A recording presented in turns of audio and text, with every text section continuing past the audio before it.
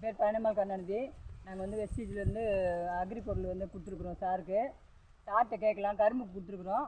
இது எப்படி இருக்குதுன்னு சார்கிட்ட கேட்கலாம். இப்போ சார் நீங்கள் சொல்லுங்கள், உங்கள் பேர், இது எந்த ஊர், எப்படி இருக்குதுன்னு சொல்லுங்கள். என் பேர் கோவிந்தன். நான் முருக்கம்பாடி, விழுப்புரம் மாவட்டத்துலேருந்து இப்போ கள்ளக்குறிச்சி மாவட்டம் மாற்றின பிற்பாடு இப்போ நாங்கள் கரும்பு தான். எனக்கு வந்து சின்ன விவசாயி, ஒரு 2.5 ஏக்கர் நிலம், அது கரும்பு தான் நடுறேன். அதே கரும்பு கூட மாற்றி மாற்றி நம்ம எதுவும் கட்டை பேக்கிறது இல்லை, ஒன்றும் இல்லை. அதை வந்து ஓட்டுறதுக்கு வழி இல்லாதால கரும்பை தான் விட்டுனுக்கிறேன். இது எத்தனாவது கட்டைக்கால்?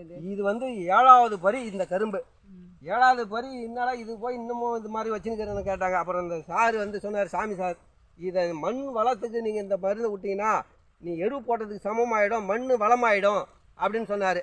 நான் அதன் பிற்பாடு அவங்க சொன்ன மருந்தை இப்போ வந்து முதல் ட்ரிப்பு ஒரு 3000 சில்லரை தான் வாங்கி விட்டேன்.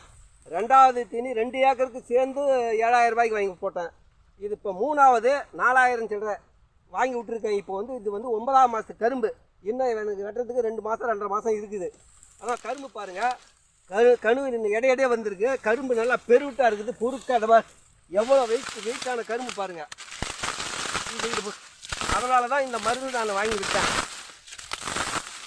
இன்னும் எல்லா விவசாயியுமே பார்க்கணும். இந்த கரும்பு பாருங்கள், ஒரு கரும்பு போல் இருக்குது, லட்சம் இருக்குது. ஒரு கரும்பு 5 கிலோ வரும் இருக்குது. இந்த கரும்புலாம் வந்து ஒரு குத்தாடியில் 10 கரும்பு 15 கரும்புக்குது. அந்த மாதிரி எல்லா விவசாயியுமே இந்த உரம் போட்டுறதுக்கு உங்களுக்கு திருப்தியா? இப்போ எனக்கு திருப்தியா? ஒரு ஏக்கருக்கு இதே வந்து நான் ஃபஸ்ட்டு பரி இருந்தால் ஒரு 80 டன் கரும்பு வெட்டி காமிப்பேன் இந்த மருந்துக்கு. ஒரு ஏக்கருக்கு முன்னே எவ்வளோ செலவு? வந்து 50 டன் வரும். எவ்வளோ செலவு பண்ணீங்க? செலவு அதிகமாச்சு. செலவுலாம் வந்து 2 ஏக்கருக்கு ஒரு 30,000, குறைஞ்சபட்சம் 40,000 அப்படி வந்துடும். ஆனால் இப்போ வந்து எனக்கு இந்த தீனி மொத்தத்துக்கே வந்து ஒரு 12, ஒரு 16,000 தான் வாங்கி விட்ருக்கேன். இந்த கரும்பு ஆஃபீஸில் கொடுத்தது கொஞ்சம் உரம் அந்த டப்பாவில் கொடுத்தாங்க, அதை கொஞ்சம் போட்டிருக்கேன். அதுதான் மீதி பாக்கியில் நான் வந்து எதுவும் வாங்கி போடலை. உங்களுக்கு மனசு திருப்தியாக இருக்கா? மனசு திருப்தியாக இருந்த தோட்டம் நானே என்ன 2 பேர் சொல்லியிருக்கேன். ஆமாம் ஆமாம் ஆமாம். சரி சரி. ஆமாம், கெமிக்கல் உரம் போட்டு ரொம்ப நஷ்டம். கண்டிப்பாக. இப்போ என்னன்னு கேட்டால், இந்த மண் முதல்ல கரும்புக்கு சாயாது. அந்த மண் டைட்டாக இருந்துக்குன்னு கரும்பு ஒடிஞ்சு தான் உய்யும். இப்போ வந்து சாச்சா அந்த குத்தாடி அழுக்கா சாயுது. அப்படின்னா அந்த அளவுக்கு மண் வளமாயிடுச்சு. மண் கொத்தனா பொசன்னு இருக்குது. அதுக்கு முன்னெல்லாம் அப்படி இல்லை. டைட்டாக ஒரு அண்டை கைக்குன்னா கூட ஓரம்பாரம் பில்லு செத்துனா கூட டைட்டாக இருக்கும்.